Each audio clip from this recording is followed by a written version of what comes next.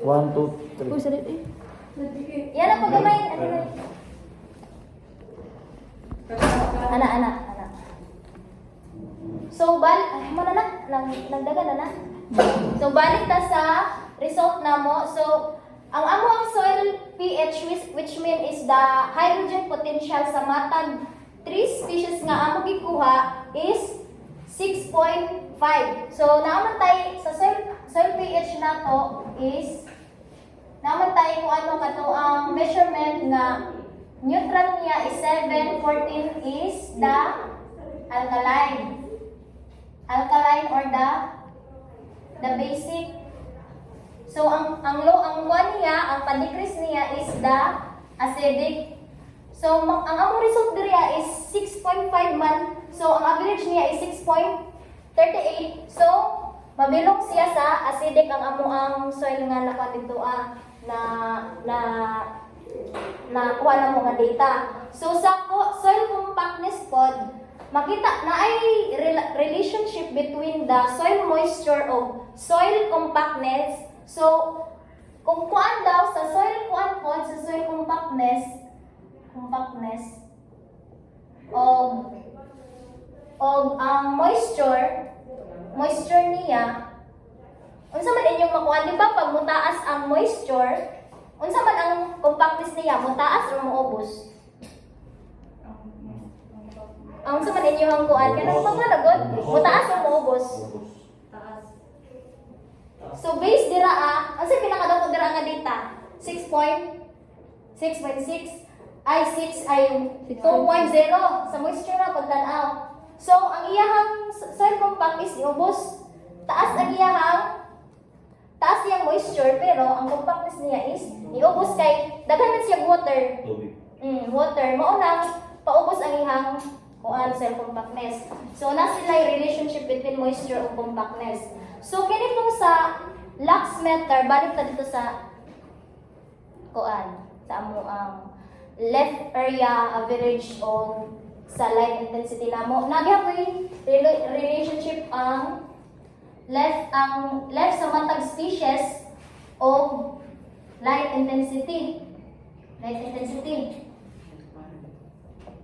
So based sa amo ang relationship nga na result namo is negative 0.43517. So ang kuha namo ani, the more daw kuno nga mudako ang dahon, pataas daw ang dahon sa acacia mangyum, ang light intensity dapat niya is gamay. Di ba Fabaceae is kuan shade loving nga mga species?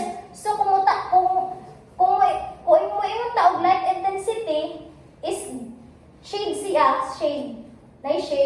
possible ang left sa matag acacia mangyum is dagko. Mo na nga mo adira sa left area average, mo na sa among correlation value.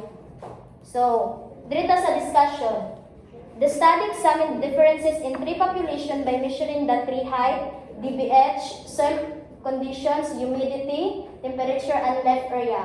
Left area was calculated using the standard formula and light intensity was measured by Lux meter. So the data help researcher understand how light exposure affect the leaf in acacia mangyum trees. So the results show that the leaf area varied among trees like due to environmental and genetic factors. So katong mo gingon na mga factors no katong environmental variables like soil hydrogen potential, compactness, moisture, light intensity, one pod katong relative humidity o temperature. So a correlation analysis found a moderate negative relation. So mao na to ang kuan negative ang ang correlate sa ilahan duha. So between left area and light intensity, meaning trees. So mao ni siya akong giingon. Meaning trees in brighter areas tend to have smaller leaves. Kay kung mabantayan namo sa area dito sa acacia mangyum nga kung expose ang punuan sa init, gagmay silang size sa leaf. Mao na akong nabantayan dito So this support the idea that trees adjust their leaf to balance water loss and light absorption.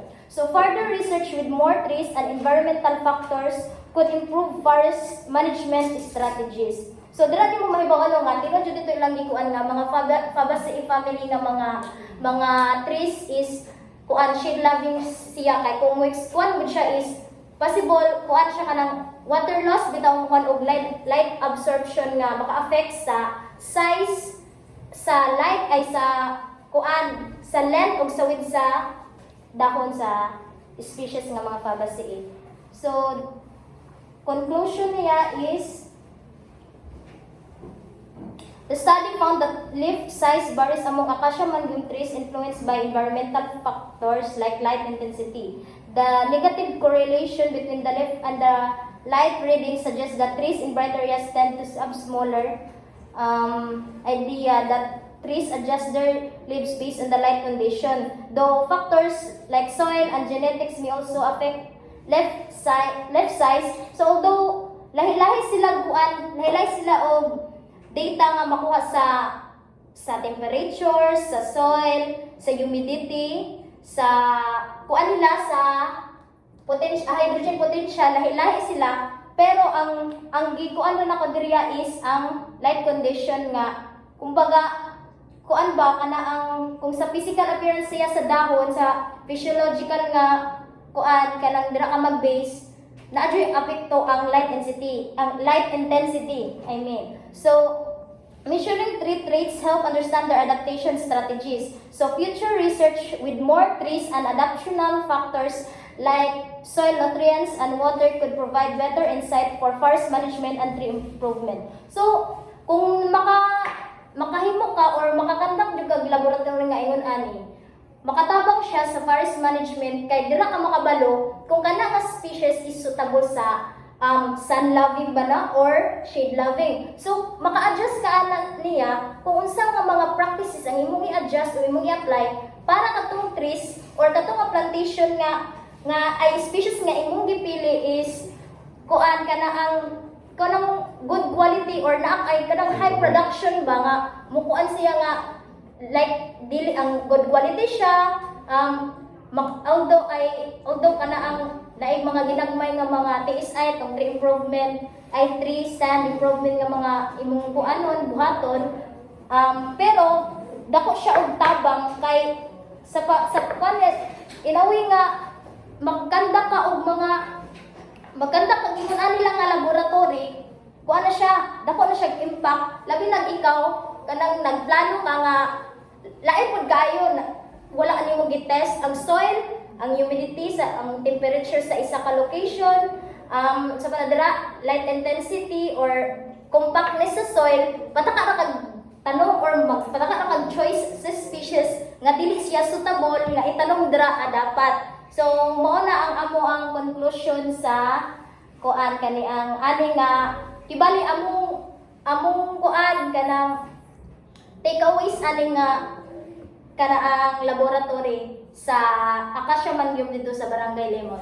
So, maura to siya.